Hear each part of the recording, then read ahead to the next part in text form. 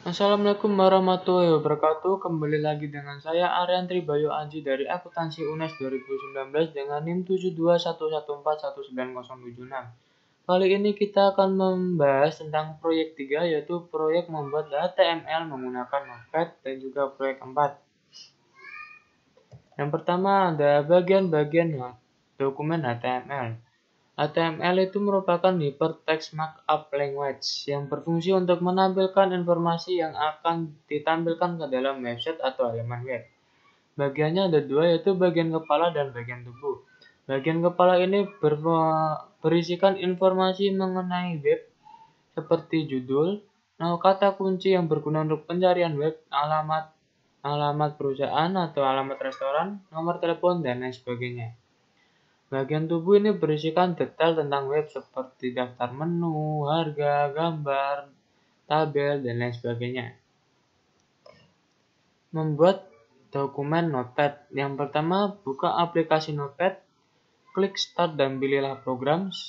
Program Notepad akan muncul di laptop Anda. Selanjutnya, Anda harus mengisi baris-baris yang ada dalam Notepad.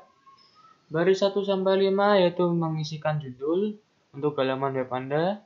Baris 6 itu menentukan tempat di mana halaman web dan kursor akan ditempatkan.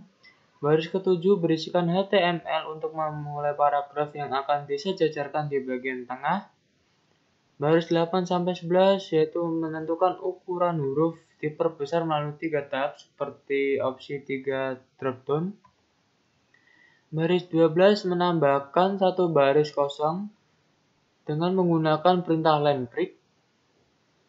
Lanjut, baris 13-16 membuat daftar yang berurutan dan memberinya judul location, kemudian membuat daftar berisikan 3 hal, yaitu perpustakaan, recreation center, dan 101 North Main Street. Baris 17 yaitu perintah unoderated list dimatikan. Selanjutnya membuat tabel yang berisikan harga pizza, kemudian sel tabel ditandai dengan tanda TD. Lanjut mengisikan baris 19 dengan perintah memulai baru di dalam tabel. Perintah baris 20-23 membuat 4 sel data yang masing-masing mewakili judul kolom.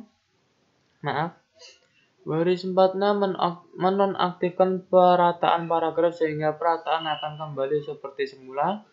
Baris 47-51 berisikan daftar berurutan.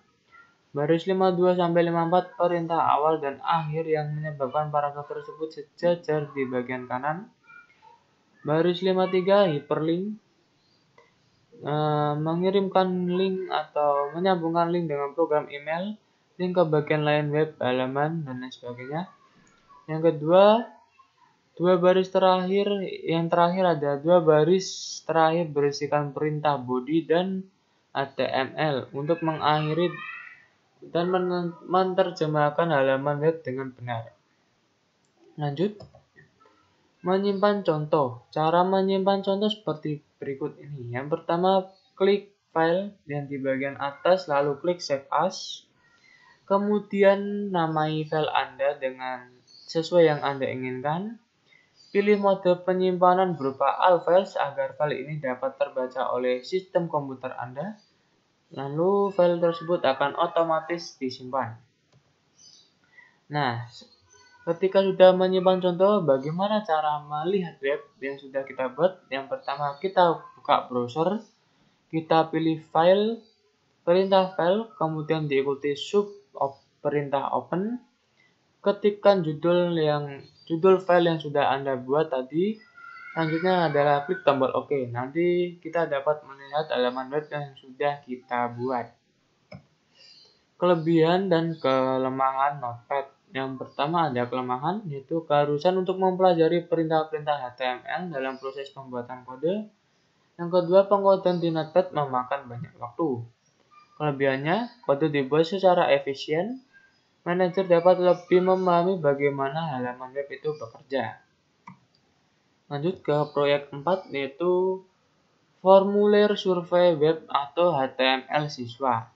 Tekniknya ada banyak, ada 8. Yang pertama ada fill text, di mana pengguna mengetikkan satu baris saja. Yang kedua ada tombol radio, digunakan ketika jawaban-jawaban memungkinkan saling melengkapi. Yang ketiga ada kuota cek, itu serupa dengan tombol radio tetapi pengguna dapat memilih salah satu atau lebih. Yang ketiga ada teknik drop down, yaitu mengombinasikan jawaban yang akan ditanyakan dalam tempat yang kecil di halaman web. Yang kelima ada kuota teks untuk mengisi komentar. Ketika kita ingin berkomentar di dalam web atau HTML itu. Lanjut, menu drop-down menawarkan jawaban yang saling melengkapi. Yang ketujuh ada tombol radio, memiliki kelebihan dapat menampilkan semua pilihan kepada pengguna. Dan yang terakhir ada area teks, yaitu memungkinkan beberapa baris ketikan, tidak hanya satu baris saja seperti fill text. Yang lanjut, bagian-bagian formulir contoh, ada beberapa. Baris 6-47 digunakan membuat formulir. Perintah body dan form memberitahu browser web bahwa halaman web Anda mencatat informasi dari pengguna. Baris 14 dan 18 adalah perintah yang menangkap input untuk file name dan email. Baris 23-26 menampilkan pilihan untuk tampilan kelas. Baris 29 dan 30 membuat kuota cek, masing-masing baris membuat fill yang banyak. Baris 33-38 memberikan daftar perintah yang menghasilkan menu drop-down pada contoh. Baris 42 terletak di antara perintah awal dan perintah akhir teks. Baris 46 perintah submit dan baris 45 perintah submit dan baris 46 merupakan perintah reset. Sekian penjelasan dari saya. Apabila banyak kata yang salah atau banyak kesalahan kata, mohon maaf. Wassalamualaikum warahmatullahi wabarakatuh. Semoga bermanfaat.